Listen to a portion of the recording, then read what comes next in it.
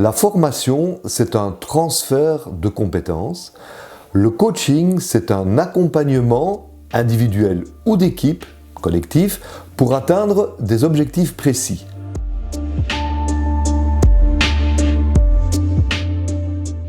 Je reviens à la formation, transfert de compétences, de différents ordres. Ça peut être des connaissances, un transfert de connaissances, la connaissance d'un langage informatique, d'une langue. Ça peut être un savoir-faire technique, l'utilisation du logiciel dans telle circonstance, ou une langue, dans une circonstance d'accueil de clients, par exemple. Ça peut être aussi le développement ou le transfert de compétences comportementales, et on parle plus alors de savoir-être.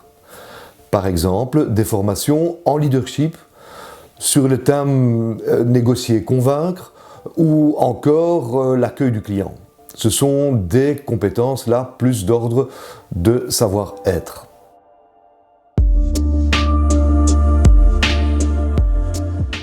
Le coaching en entreprise, c'est de l'accompagnement soit d'une personne, soit d'une équipe. Pour une personne, en général, c'est un manager qui va prendre ses fonctions pour la première fois, qui rencontre des difficultés particulières, qui doit s'améliorer dans des domaines spécifiques.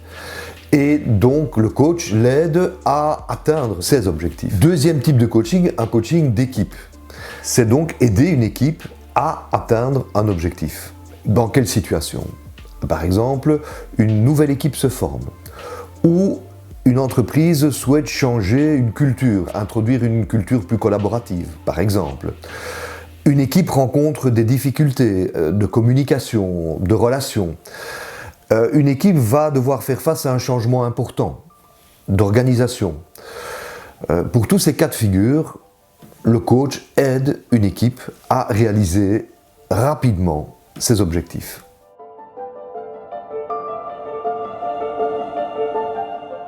Prenons l'exemple du football. Le coach, c'est comme un entraîneur. Le responsable, le manager de l'équipe, c'est le capitaine de l'équipe. Il est sur le terrain, il joue le match. Le coach, expérimenté, est à l'extérieur, constate comment le jeu fonctionne, quelles sont les interactions dans l'équipe, comment rendre le jeu plus efficace, la communication plus efficiente.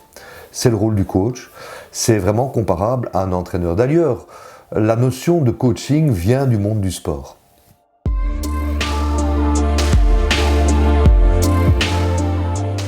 Alors il y a 7 éléments réellement importants, 7 piliers d'une équipe performante.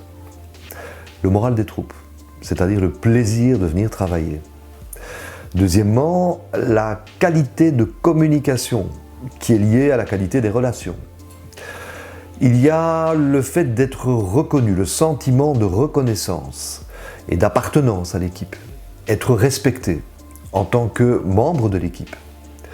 L'autonomie, est-ce que les fonctions de chacun sont claires, clairement définies ? Il y a bien entendu la flexibilité du leadership. Quel type de leadership ? Très directif ou au contraire plus participatif ? Ça a évidemment une incidence immédiate sur le fonctionnement et l'ambiance générale dans l'équipe. La compréhension du résultat attendu. Est-ce que je sais exactement quel niveau de performance je dois atteindre ? Il faut que ce soit clair pour chacun. Et puis enfin, c'est l'adhésion de cœur, je vais le dire comme ça, aux objectifs globaux de l'entreprise.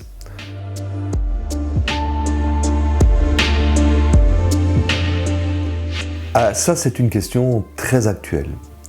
Alors, ça dépend de l'objectif poursuivi. S'il s'agit d'un transfert de compétences techniques, d'un savoir ou d'un savoir-faire technique, la formation, pour autant qu'elle soit construite théorie et pratique, est la voie royale.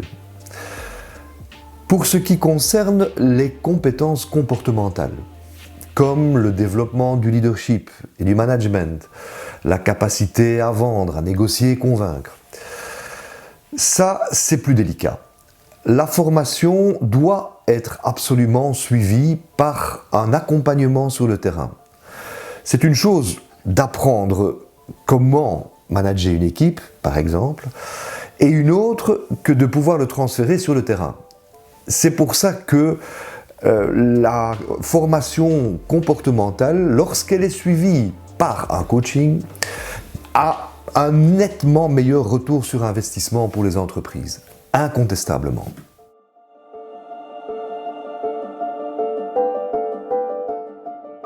Pour les interventions que je fais en entreprise, il y a différents outils.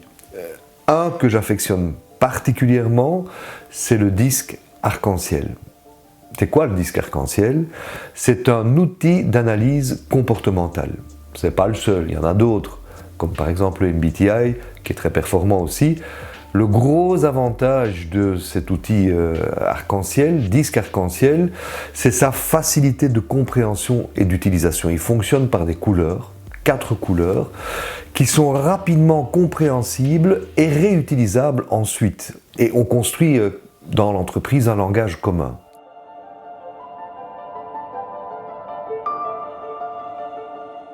Les usages sont multiples. Dans le coaching individuel, ça permet de prendre conscience de sa manière de se comporter, de ses forces, ses faiblesses en la matière, de l'impact que le comportement peut avoir sur les autres, donc de mieux se connaître. Pour une équipe, l'outil est aussi très intéressant parce que ça permet de mieux comprendre le mode d'emploi des autres, tout en créant un langage commun. Et aussi pour la sélection et le recrutement, parce qu'on peut faire un profil de poste et un profil et regarder dans quelle mesure ça correspond à une personne, à une personnalité.